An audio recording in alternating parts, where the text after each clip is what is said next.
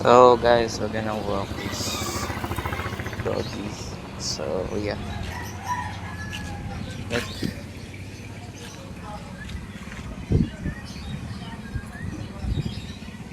sobrang tirik yung araw. Grabe, sobrang init.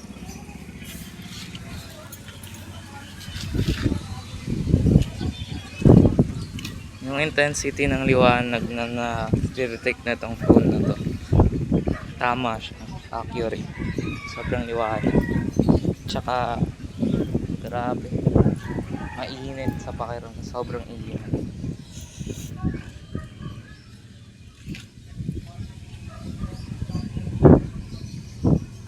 Siguro mahirap talaga mabuhay sa labas. Parang disyerto no? Well, kung saan sa ako lang pinapay itong aso. Okay lang yan, iilang naman yun. Kaso may nagagalit minsan. Tutuyo din naman yun. Babalik naman yan sa kung ano itsura niyan pag natuyo.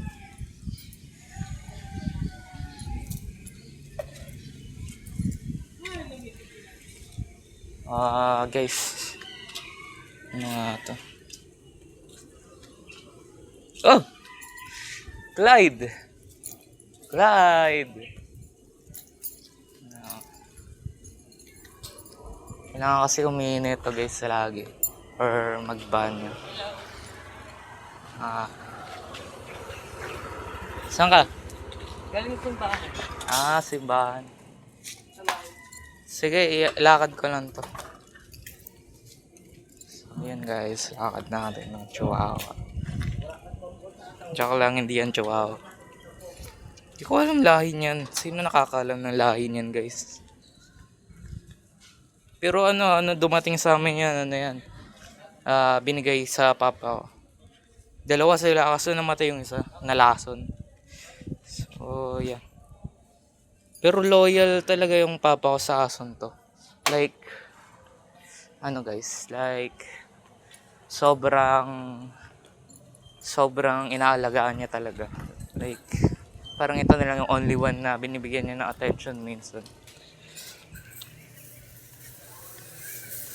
So, well, maintindihan ko naman. Sobrang cute din naman kasi talaga na ito.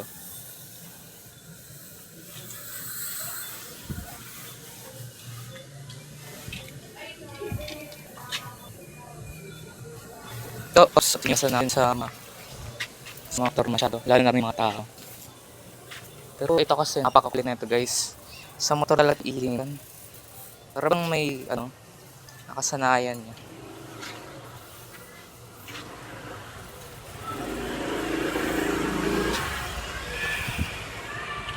So yun guys, naka ako ngayon.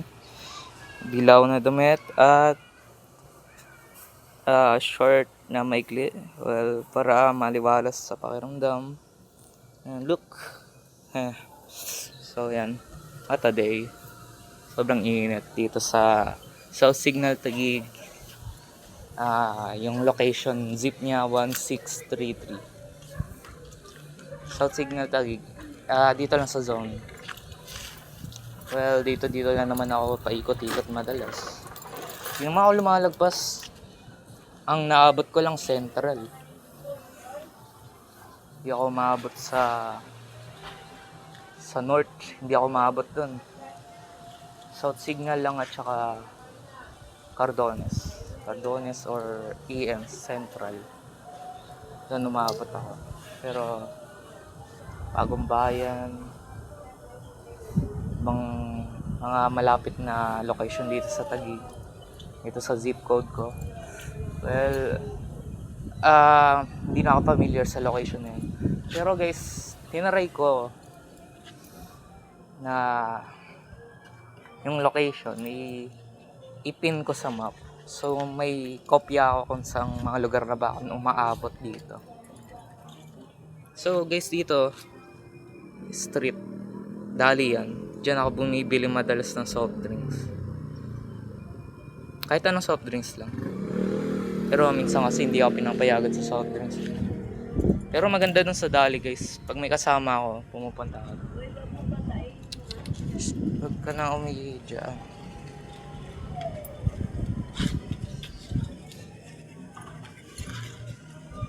So yun guys, iniiwas ko talaga sa mga ganun kasi may mga tao talaga hindi gusto yung ginagawa ng aso natin, di ba? Pero aso natin yan, well, responsibility natin talaga na igala to, padumihin. Kahit di ko naman gusto eh, well, nagka-responsibility na lang kasi. Kasi wala eh, alaga man siya eh. Tara.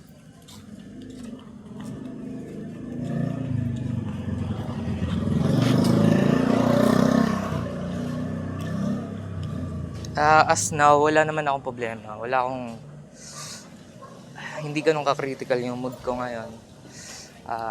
Hindi rin naman ganun ka-perwisyo yung pakiramdam ko.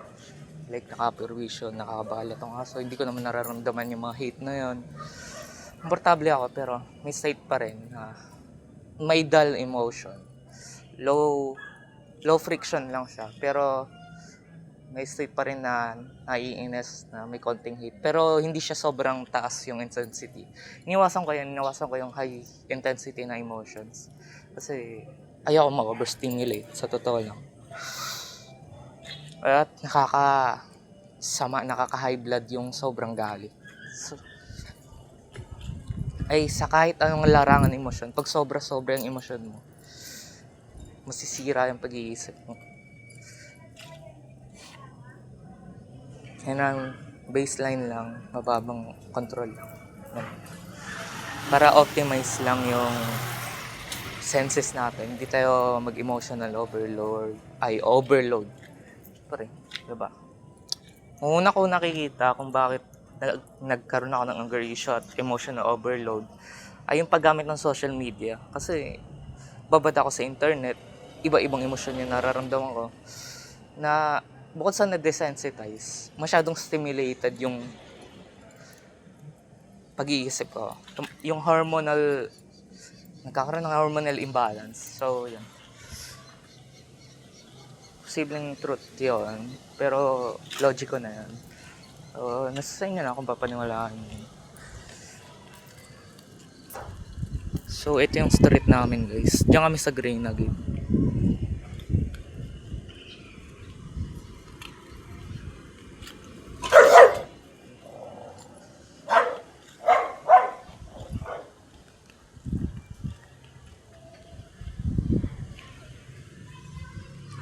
Ice court guys. Well, hindi naman ako ganun ka-popular na tao, so wala akong in-expect na visitors. About shit peoples, well, iniwasan ko makipagkaibigan sa mga nakakaaway ko rin.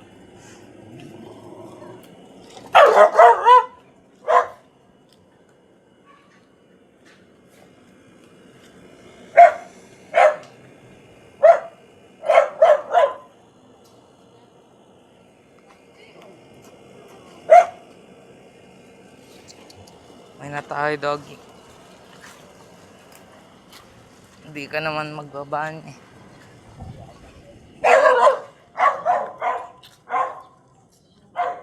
By the way guys, naka-headset ako ngayon kaya medyo wala ako sa realidad.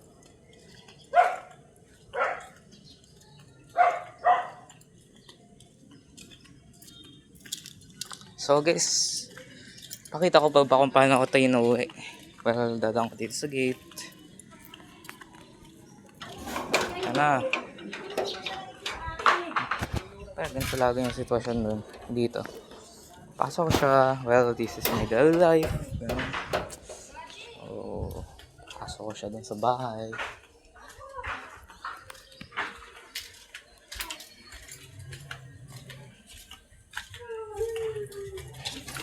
Pasok ko.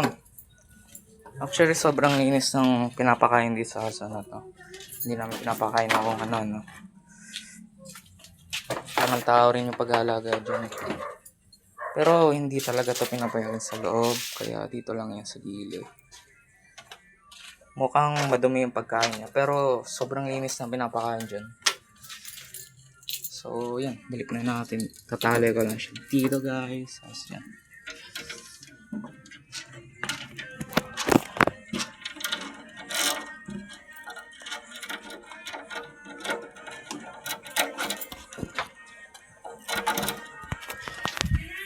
Yan, nakatali na siya. At yung ginagawa niya dito guys, eto ang hinuhukay niya sa loob. Daming nakatambak dyan.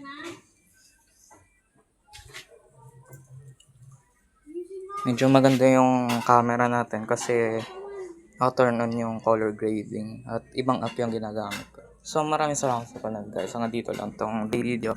So, pasok na Max. Hindi ka na dyan.